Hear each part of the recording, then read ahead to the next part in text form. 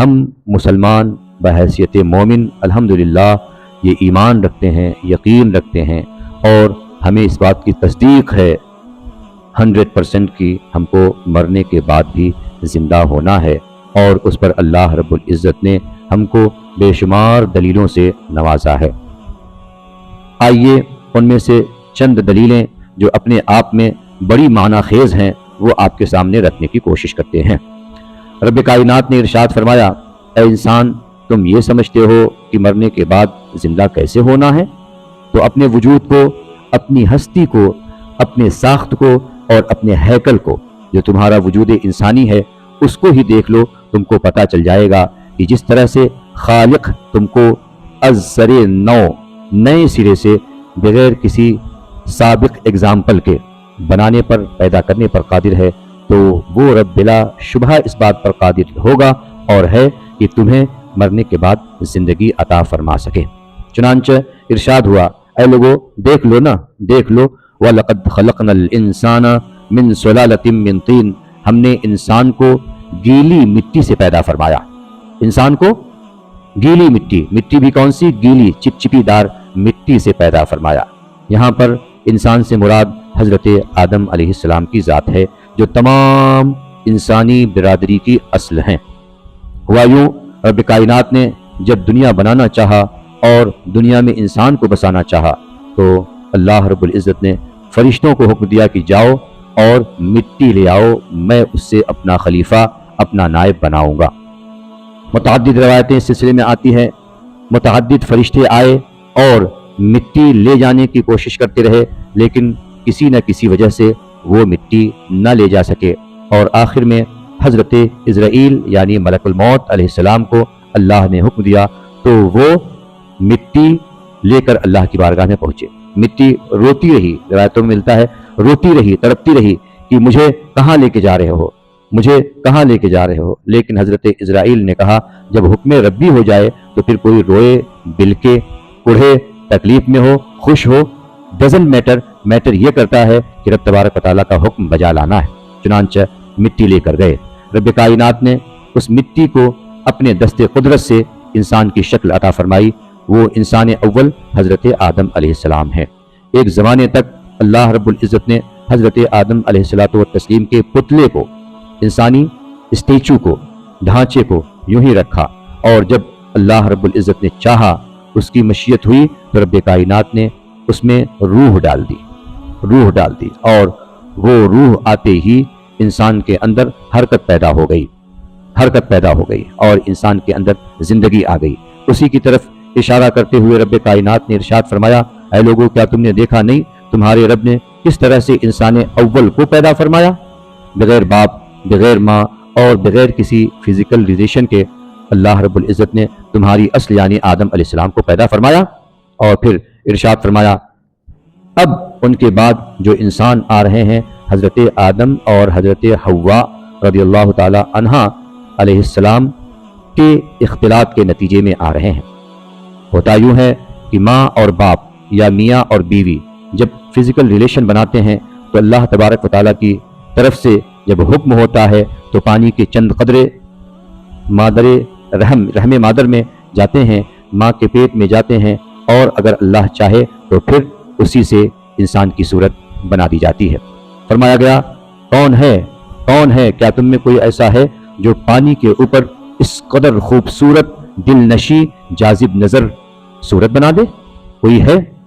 اور پھر ارشاد فرمایا گیا ہزاروں لاکھوں کی تعداد میں بویضات، چھوٹے چھوٹے انڈے آگے بڑھے اور چھوٹے چھوٹے کیڑے آگے بڑھے، پھر رب کائنات نے جس کیڑے کے ذریعے سے چاہا انسان کی تخلیق پیدا فرما دی، انسان کو پیدا فرما دیا۔